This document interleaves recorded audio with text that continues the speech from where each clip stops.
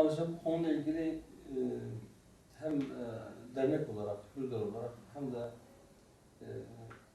sevki çıkan kişilerin avukatı sıfatıyla daha önce defalarca açıklamalar yaptık.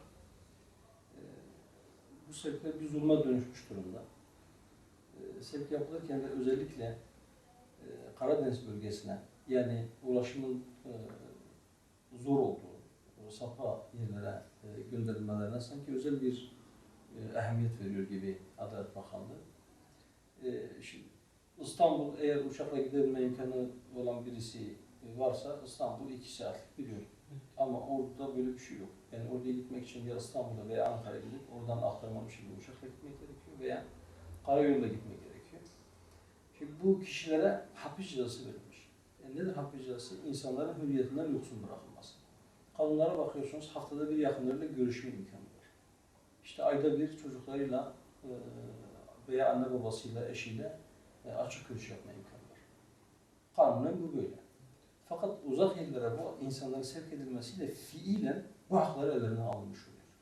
Yani buradan orduya bir ailenin kalkıp her hafta veya her ay gidip yakın olan mahkumu ziyaret etmesi fiilen çok mümkün değil.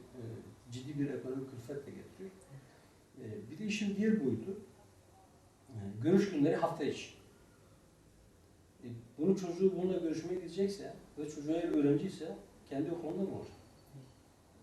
Yani ciddi bir devamsızlık getirecek bu. Buradan oraya gitmek için bir gün yolda geçirecek, bir gün orada görüşecek, ertesi gün tekrar yola çıkıp gelecek. Yani nereden bakarsan 3 gün yollarda kalacak o çocuk. Düşünün bir 6-7 yaşındaki, 10 yaşındaki, 12 yaşındaki bir çocuğun 3 gün boyunca yollarda kalması, eğitimden uzak kalması bu işin ayrı bir vecihesi. Defalarca hükümete söyledik, cezaevlerindeki yer probleminden dem vurdular. İşte buralarda sıkışıklık var, yer yok, mecburen gönderiyoruz diye. Fakat bu da samimi bir tutum değil. Çünkü burada yer sıkışıklığı bahane edilerek sevk edilen hükümlülerin gittikleri yerlerde 6 kişilik odalarda 17, 18, 19 kişi kaldıklarına da bir şahit olduk. Yani gittikleri yerdeki sıkışıklık buradakinden farklı değil. Yani oralarda kapasitenin altında mahkum kalıyor da orada yer bolluğu var da burada sıkışıklık var. Bu yüzden onları gönderiyorlar değil. Bu açıkça bir tavırdır. Yani hükümetin koymuş olduğu bir tavırdır.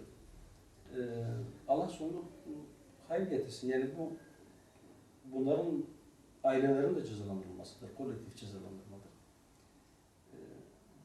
Yasal bir şey de değildir bu. Vicdani bir şey de değil.